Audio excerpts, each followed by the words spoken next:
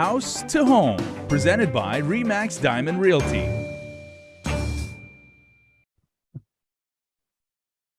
We are here. I'm Jason. That is Liz in one corner. That is Gina. And two of us are from RE/MAX Diamond Realty Guam. Hint, it's not me, and I'm super jealous because of that reason. Because these two have all the answers you would ever need to get through real estate. And they also have our checklist, which I hope you guys have been meticulously checking off because, Gina, can you give us a little bit of a refresher? Where are we in the checklist right now? So we talked about ownership. You don't ever want to build on someone else's property. So that's first. Mm-hmm. We talked about, so that was title, right? We talked about utilities because you also want to make sure you've got water and power set up or at least readily available when you're ready. And then the third thing is we talked about money. So, show us the money. How are you going to pay for it? So today we're going to talk about how do you actually start building? Okay. So Liz, is this the part where I have that famous conversation with I start finding either a contractor or a subcontractor? Yeah. And like, what's my first call that I make? Well, the banks usually have contractors that are approved. So for example, if you're going to a particular bank, you want to say, what contractors do you have approved with your particular bank, since you're going to be financing with that particular bank, for example. And you would ask the contract, go through the list of contractors, make your calls, find out what they're charging per square foot, because that would assist you in calculating what, if you already know what your budget is. So if you have 300,000 as a budget or 400,000, then you can determine how many square feet of a home you would build.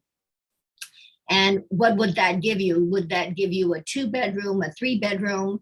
Of course, there's additional fees to put in your carport or a garage. The other item would be the land, because on the land, they're going to also have to build a septic tank. So these are prices that have to be factored into your construction costs. So again, interviewing contractors to find out what they offer so you can determine how many rooms you're going to have in the building. The other thing you want to do is when you at least identify a particular contractor or a couple of them, you want to go out and look at the buildings that they have constructed. So some of them would already have certain plans in place, which is at least one way to alleviate the construction costs or the plan costs, because they've already built it before. So you want to go and inspect those houses that they built, see if you like the design, if you like the quality of the work, because not all contractors are created equal. Some of them do a better job than others, where the plastering on the wall is much smoother than another contractor, for example. Okay, teacher, I have a question. Yeah. Okay, yes, little Jason over there in the corner. Okay, I'm a big believer in Yelp and like sites that in your the rating system, right? 1 through 5 stars, thumbs up, thumbs down, like whatever. Is there any resource that I can use, preferably online, if not directly from realtors like yourselves, where I can ascertain the reputation of a contractor? As far as I know, we don't. It's usually contacting the realtors to find out what contractors they have worked with and which ones are reliable. Okay. And then the other one is through the banks, because they've processed so many loans with particular contractors. And just bear in mind, when you do go to the banks, they do not give the contractors the full amount of monies. They go in phases. So if a bank approves you for a particular loan and they're making payments to the contractor, they will do it in phases after construction, after they do a particular phase of the construction. For example, the footings, then inspectors will go out, approve it, then they make a partial payment based on that. Oh, I didn't know that. Okay, I always thought it was like a lump sum payment. So no, they do it in phases. Yeah. Good to know. Okay, Gina, what happens next? Well, it's knowing what your budget is, and Liz was mentioning about 300,000, but knowing what your budget is, you've already gone to the bank and you know what your budget is. And honestly, these days, and we hear this all the time, it's difficult to find contractors. So it may not be as simple as you interviewing contractors and picking out somebody. That is difficult right now to even get contractors to give you bids. I agree with Liz. Your lender is going to be able to refer you to somebody.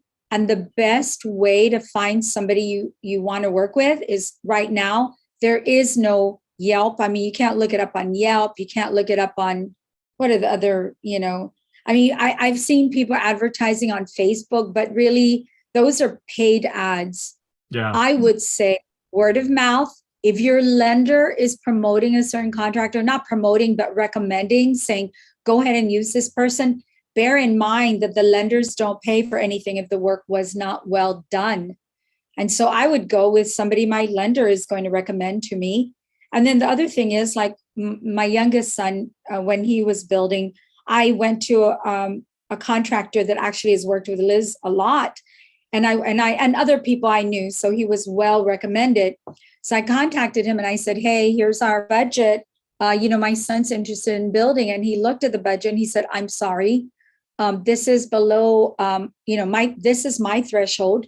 I will build houses in this price range. Anything below that, I'm not interested. It's a lot of work. And the profit margin in the price range you're showing me just really, I'm not enticed for all the work that I have to put into it. Yeah. I'm not enticed by this price range. The math doesn't work out for him. The math didn't work for him. I'm sure if he had more manpower, more time, more of everything, right? I'm sure he might have been interested, but manpower is hard to come by. And so he was honest with me. He said, there are certain price ranges I'm not going to touch because I don't make enough of a profit to be willing to put in. I mean, bear in mind, they're putting in the same amount of work. The only thing that's going to be different is their profit margin will be less, but it's the same amount of work. And I get that. I understand. And so we kept looking around until we were able to finally beg someone to take my son's project. And I say beg because that's exactly what we did. Please, please take this job. And if anything happens, what we told this contractor is, listen, I know the rate, I know the cost of material could go up while you're building. I know the cost of labor may go up while you're building. I know the cost of concrete will go up while you're building. We will cover the difference. So don't feel like when you give us the contract, you're stuck. Because I didn't want him to walk away. I really wanted him to take the job because we had nobody else.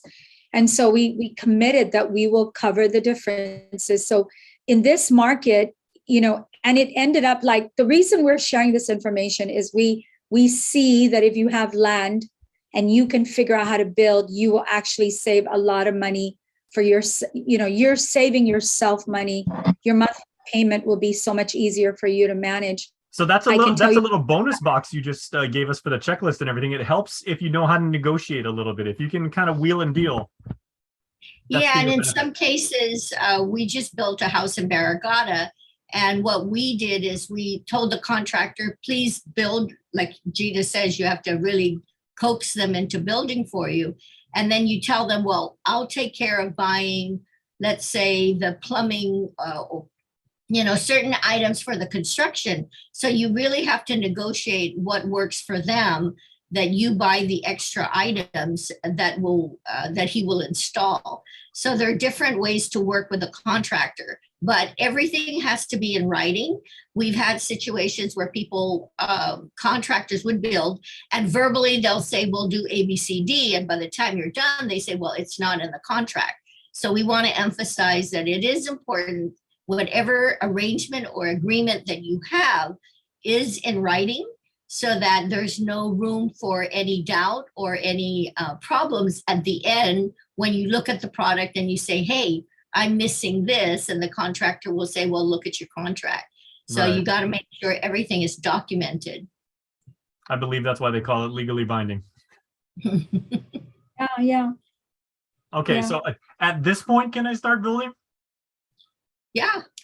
Yeah, if you Yes. found a contractor and you have your plans, you know exactly what the home's going to, you've got the drawings so that you could build.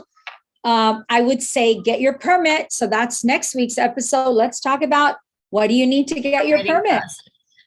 Okay, so I am almost ready to show up to the barren piece of land that someday will be my palatial mansion. My wife and my kids, who totally don't exist, we will live there in complete bliss, and that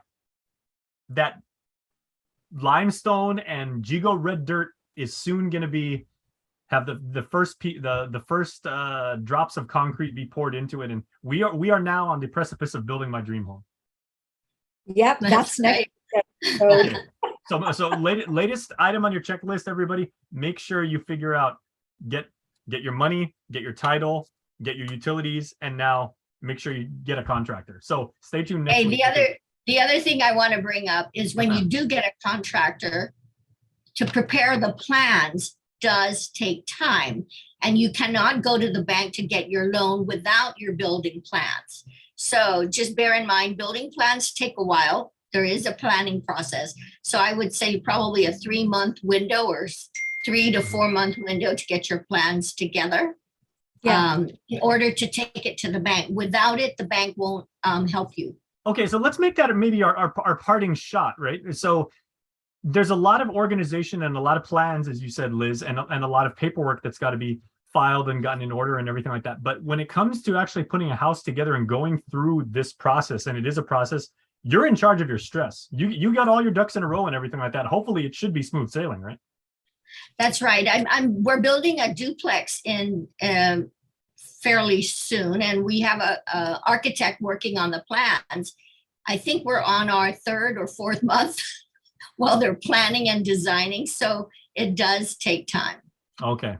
Now, Jace, can I just say, Yes, it's please. like it's like when you go out and you look for a home. I always tell people, this is the time where you should take your time, because once you identify the property and you lock yourself into a contract and you purchase it, I'm done. You start making mortgage payments. So in construction, doing the plans is where you take your time, because once you have your permit, you try to make changes. Your contractor is going to get irritated and they're going to charge you for it. So, I really want to stress the concept of patience. If something is worth doing, it is worth taking the time and doing it well, so that you only have to do it once. And so take your time. What my daughter-in-law was doing recently was she was actually going into different houses. If I want my living room to be this big, how does it feel? Don't just look at it on paper and say, well, that looks good or that sounds good. No, go measure your friend's home, Go to your parents' home, measure out the bedrooms, get a feeling for what that is like. Because once the concrete is poured, it's a done deal, and anything you change is going to cost you money. And we're doing this series of shows because we're trying to save you money. Well, that's a beautiful bookend right there, Gina. Thank you for sharing that. Patience is a virtue. So Liz and Gina, let's go let's go have a moment of Zen, right? Because patience is we'll see you next week, everybody. All right, bye-bye.